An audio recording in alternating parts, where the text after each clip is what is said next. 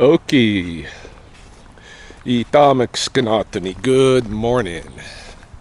It is just about 10:30 in the AM on Tuesday, August 11th, 2020, in the lunar cycle Okonokist Otsitsitspi, when the Saskatoon berries ripen. And I've done a little bit of running around this morning.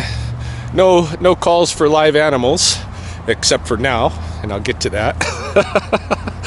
But yeah, I just went and set a new skunk trap, then ran to the west side.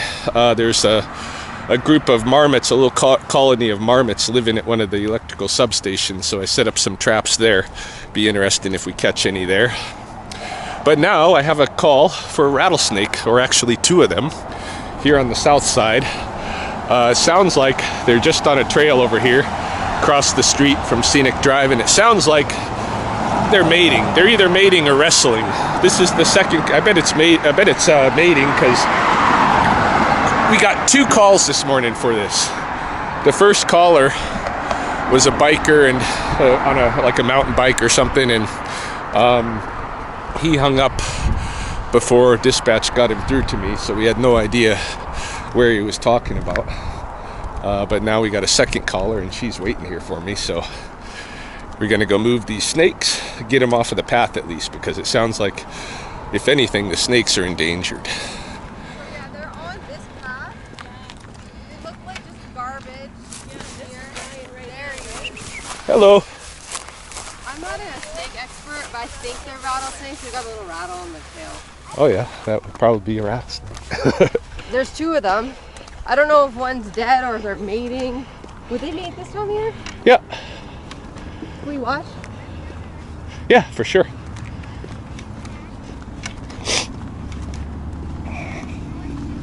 you're gonna take them away? Not far away, just off the path. And what's that gun for? Gun? Is that like a thermo or a camera? Oh, this is a camera, yeah. Oh. Yeah. Video camera. Hello. Follow you on Facebook. Oh, right on. Now you get to see the show live. The show live. It's so exciting. Oh yeah, they're mating.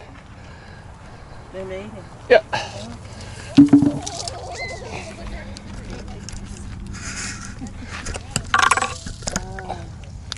So if you pick them up while they're mating, are they gonna? Well, they've unlocked now. They just finished their. They were doing it for a while. Yeah, we got yours was actually a second call. First guy was a mountain biker, but he hung up on us, and we didn't get the location.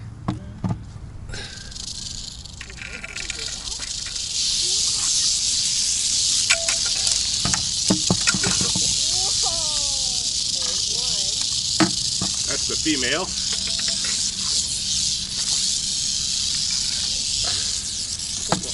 He's not happy. Where are you gonna put them? Just out of the path, down the coulee a little ways. Wow. Can we look? Yeah, for sure. Take a look. Can they crawl out of the bucket? These guys are big enough they probably can, but you know, you're no danger peeking over of getting bitten. Wow. Wonderful. Oh, So this is the male in here. Yeah, the lighter colored one, the more yellow colored one is the male. That dark one underneath is the female. Yeah, you can tell from the colored differences as well as some signals on the tail. Really, they have color difference. Yeah. All right, you guys, you ready to come out of there?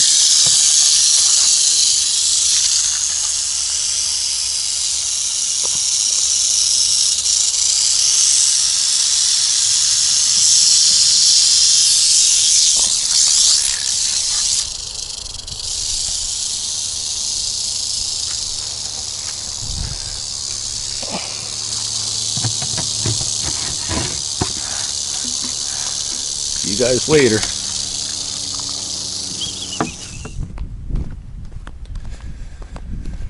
It's about 11:30 in the AM now, and come back over to the west side. Got a second snake call. This one, unfortunately, is a dead snake on the road at this, close to this roundabout here, which is the first roundabout headed into kind of the Canyon Estates area. And it's very close to a large rattlesnake den. And the building of this road in this particular location should have been illegal by the Wildlife Act, but Melcor is allowed to do it way within the 400 meters away from the snake den that it's supposed to be, any kind of development. They're building right up to like 50 meters away from the den, so, but they have the permit to do it because the government only tends to go after private individuals who don't have any money and sue them, take them to court for little wildlife misdemeanors, as compared to these guys who are jeopardizing the whole population of a species here.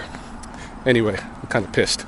But yeah, there's a dead snake up here, so I've got to go grab that. I think on the way back down the road, we will roll by the substation, and I'll see if we can look through the fence and kind of get a idea on how the muskrats are, or not the muskrats, but the marmots are dealing with the new cage traps sitting there. We'll see if we can get a look at any anyway. But for now, another snake dead at this, like almost all the snake deaths in Paradise come from this stretch of walk that I'm doing right now, you know? And it was completely predictable. And they won't even, you know, they're not even, Melcor's not even cool with us putting up snake signs, you know, snake crossing signs and stuff. But that'll come when the, you know, as the property moves into the city's hands. This is a nice, big,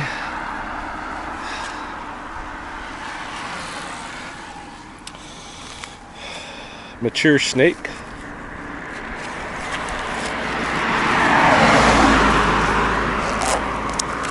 It's not Tobias, which I'm happy for, but it's probably one we've seen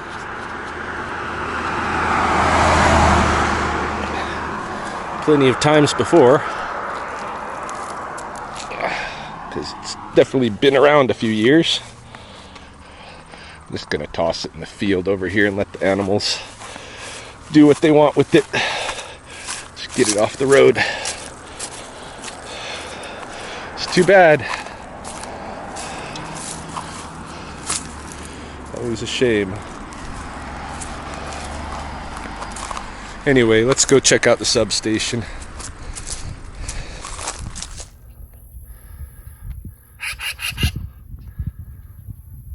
Hey, Magpie.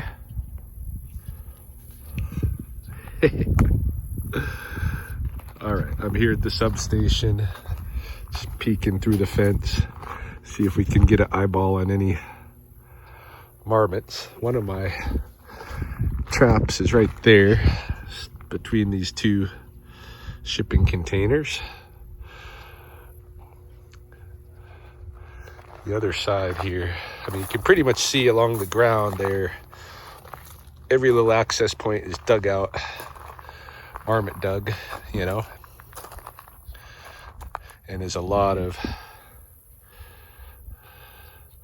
droppings around. They've been here for a while. I don't know what they're eating here, you know, what's the big food source, but they can live, you know, in the high alpines and stuff, so I'm sure they can make use of just about anything out here, you know, that they'll definitely find some food.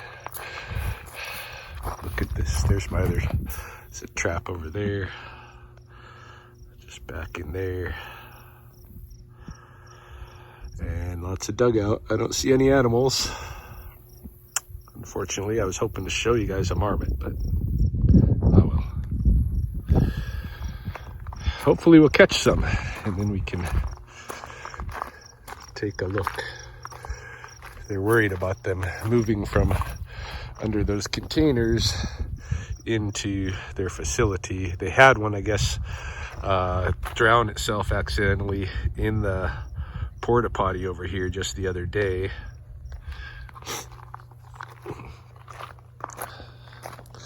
So yeah, we're gonna try to see what we can catch, if we can catch them. Might go home, or might go down to the pond for a little bit. I don't know. Yeah, maybe I'll stop at the pond on the way.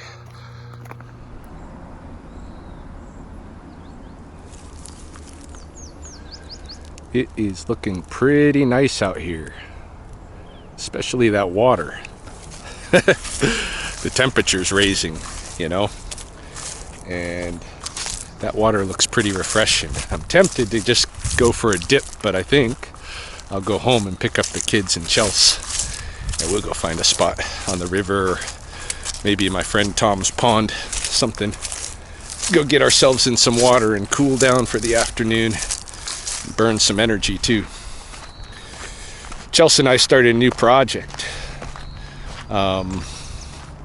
You know, last week and the week before, the Sundance was going on, but it culminates a lot of years in what's called the Oak On, which is this big lodge that's built after a woman fasts and thirsts. No food, no water for 4 days, sacrifices for the community, and then the community builds her this giant lodge, and then all of the societies go in and dance and perform for her. And it's a real sacred ceremony. Like, you can't take pictures or video or anything like that. But they did, you know, back in the day when photography was first coming into the community. It was allowed for people to take pictures and stuff, but it's a good idea not to have it today, because it just becomes too, like, the representation becomes the important thing instead of the active engagement in the ceremony. I mean, we were out there. It was Chelsea's cousin, her sister Jen, who was the Okao, the woman who fasted this year, and so Chelsea's, you know, sisters were involved, helping her out and stuff, and we did what we could. And Saturday, we were there for Saturday night for when the whole community comes together and builds a lodge, and it's quite something to experience, because everybody knows what has to be done. There's no, like, my late friend Narcissus used to point out, there's nobody orchestrating. Hey, there's nobody calling the shots. Each society has a role in it, and each kind of household in the tribe has a role in it, and we all make that lodge come together, and it includes lifting, you know, a big tree like this. Well, first knocking it down, not allowing it to touch the ground, bringing it back to camp without having it touch the ground, which can be quite a distance, but you know, these days you use a wagon. In the past there was no wagon, you know, and then raising it as a community, as a center. That's the center pole of the lodge, the big tree, and then, you know, there's a lot that goes on there. It's hard to really appreciate it by description. You have to be there. Even like we were out there Saturday night, and as the community was coming together and all the different families are singing songs and bringing their teepee poles to help raise that center pole, Chelsea looks at me and she says, you know, some things you just have to experience, and that's the truth right there, because there's no way to, I don't even think a film could do, a professional film could do the Okan any justice for how it is to actually experience it. Hey. So anyway, as we're getting toward the Okan and stuff, part of the Sundance, Chelsea and I started talking, you know, about our future. We like the place we're living, the little duplex, you know, and but we can't stay there forever. The 3 kids, they're gonna need space. Right now everything's cool because they're just little, but it won't be long. Years pass quick and they're going to need their own space. William's already almost of an age where he needs his own bedroom, you know, away from his little sister and brother. So we got to start thinking about that. And I don't like to rent if possible. I'd rather buy a house because, you know, all the different wildlife stuff I do, and it's hard to find people to rent from. There's racism that goes on in Lethbridge. It's hard to get a place just as a native family, and then to, on top of that, have animals and kids, and, you know, and then all my different wildlife stuff. It'd be better to just have our own place. And so we started thinking about it, you know, how can we raise the money in a relatively short period of time to make a 10% down payment or something on maybe a $300,000 house. And so we thought, you know, we spend a lot of money on junk nutrition. I mean, this morning I'm drinking a sugar-free Monster. Even this is kind of junk. It's not too bad because it's sugar-free, but it's got, you know, what's the other stuff in it, and what's that going to do to you, right? That makes it so sweet and tasty. Some weird chemical thing.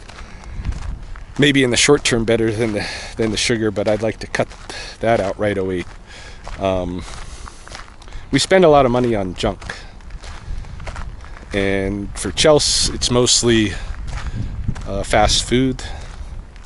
You know, she lives a life on the go. She's a nurse, and it's hard to prep meals and all that kind of stuff. And the kids, like, you know, like most kids, they like their pizza and their McDonald's and that kind of thing. Me, not so much the fast food, but I like intoxicants. You know, I like to have several drinks in the night and before bed, and Chelsea joins me in that too. And, you know, all too often I allow myself to do a little day drinking, and then, you know, we'll both like smoke some weed now and then, you know. And when you look at what we actually spend on all of that kind of stuff, it's pretty expensive. I would say we figured that on average we probably spend together $40 to $50 a day on junk, you know, where we could be eating clean. And yeah, you got to pay some money for eating clean too. But we know that even with our relatively small budgets, we've been able to carry on with poor nutrition and intoxication for, you know, a good year or more. If we cut that out and say, instead of spending $40 to $50 on that, shell that $40 and $50 away, then, you know, at the end of a couple of years,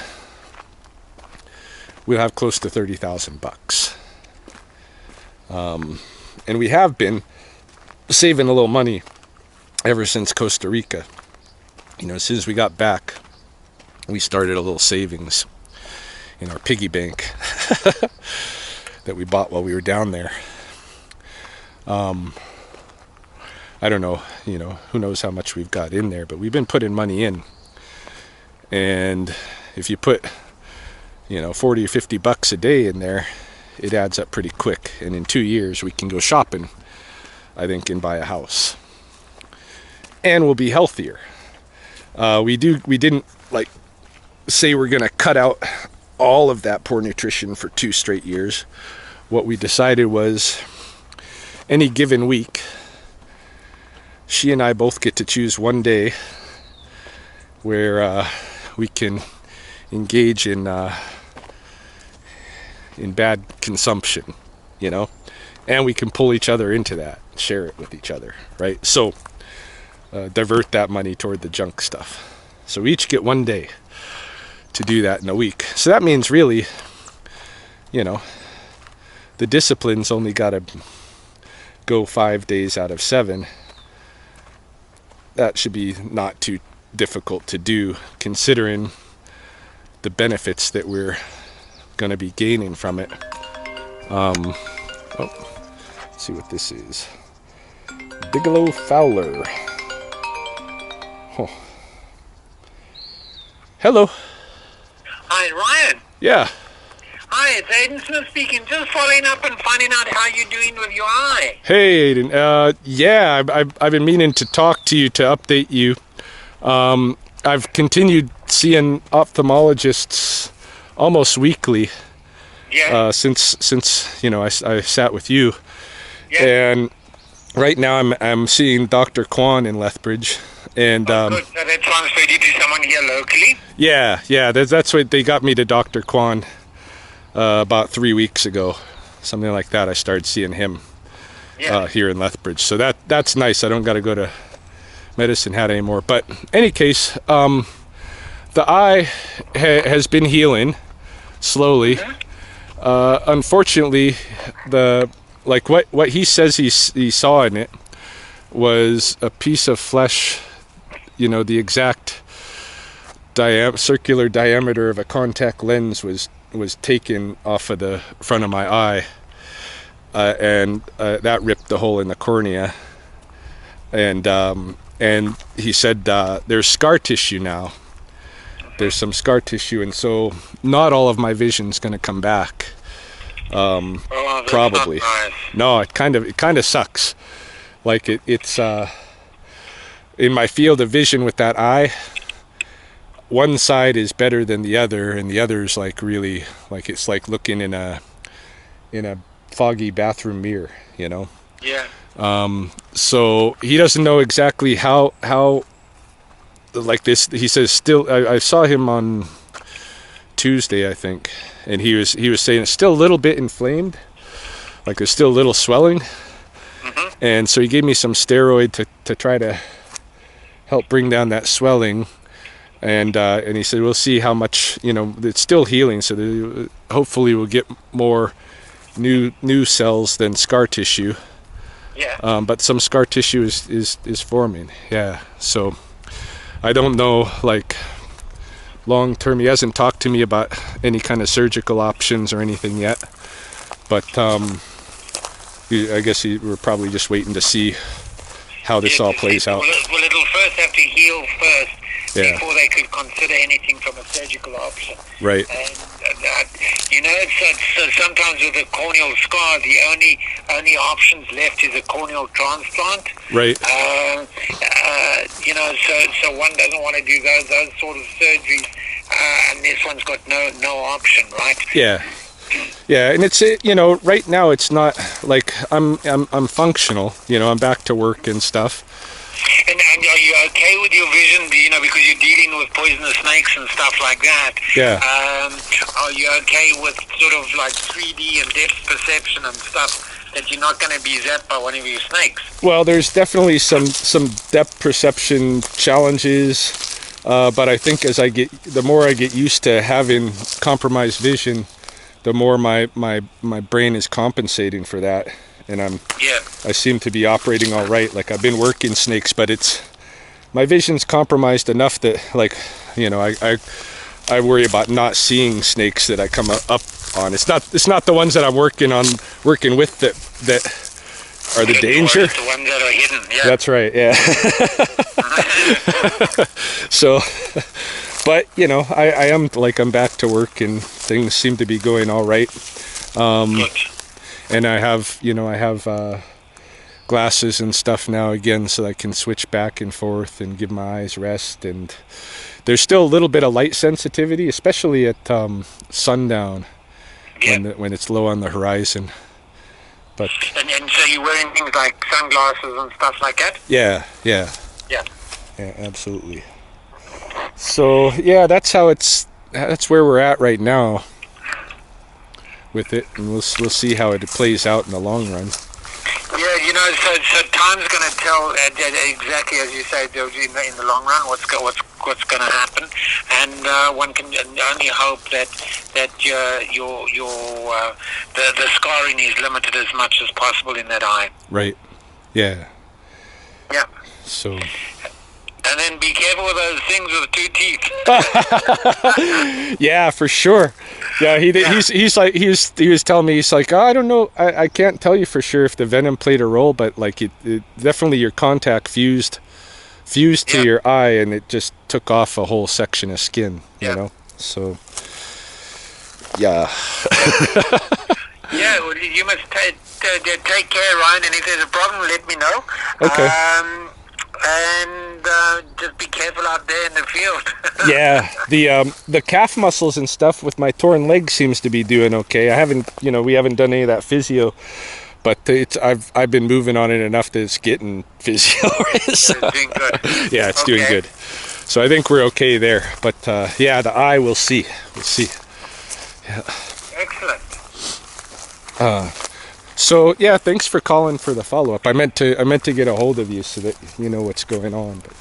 Yeah, no, I was just away for 10 days or so, and so I thought I'd give you a call just to find out how things are going, touch base, and hope things carry on improving there for you, Ryan. Perfect. Okay. Thank you. You have a good day. You too. We'll see you. Bye. My doctor. My regular, family physician doctor. General practitioner.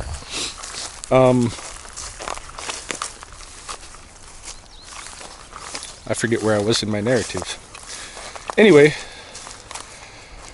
Chelsea and I are taking on this project, getting rid of the gross stuff, not entirely, but putting it way under control, saving money for a house, and hopefully very soon, I'm thinking by Saturday. Chelsea's going to be working the next few days, Wednesday, Thursday, Friday, so I'll be with the kids, and she's going to be doing 12-hour shifts.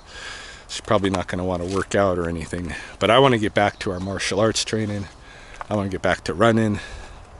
I want to get ourselves in good physical shape, set an example for the kids too. I do look forward to training, especially Reed in martial arts, the little brother.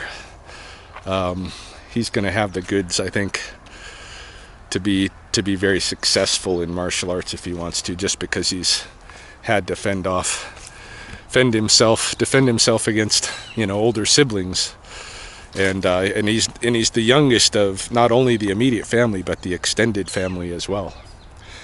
So yeah, he's going to be the perpetual baby. But that makes you the tough player too. So I think he'll be good in martial arts. I don't know about how Cody and William will do, but they might want to explore it a little bit. Martial arts has all different aspects to it, and it doesn't just have to be about the fighting, of course. And so to kind of anchor it, when the Okan was going up, different families from the tribe will bring offerings. So we brought an offering, we made an offering and had it go up, tied to the center pole, and it was a shed of the skin, a shed of the past, and we're taking on our new project.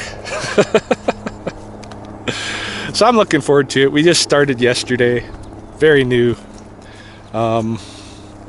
But I've got good motivation in my head, and it's and we really do need a house, and we do need to kind of think about planning for the future and getting things in place so that we can be comfortable and stuff long term. And so that's what we're doing. That's the idea.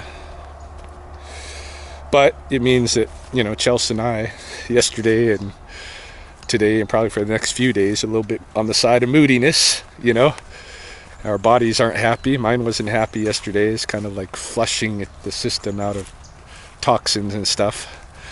And stuff that was probably chemicals, digestive chemicals and such that are there to take care of the the nastiness that we normally put in. Now it's like, where's that nasty stuff? Now it makes the digestive stuff itself the toxins, and so my body was flushing of all of that yesterday, and fun stuff. I know you want to hear about that.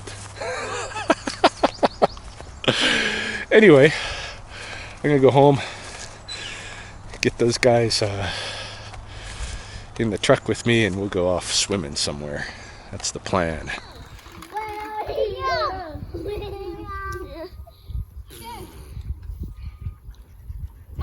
Count me down. 3, 2, 1, go.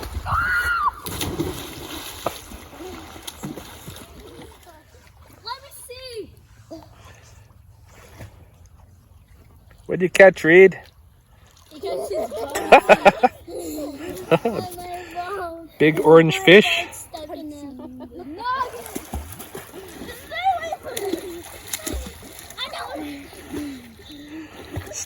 These guys are playing a game they call Corona Tag.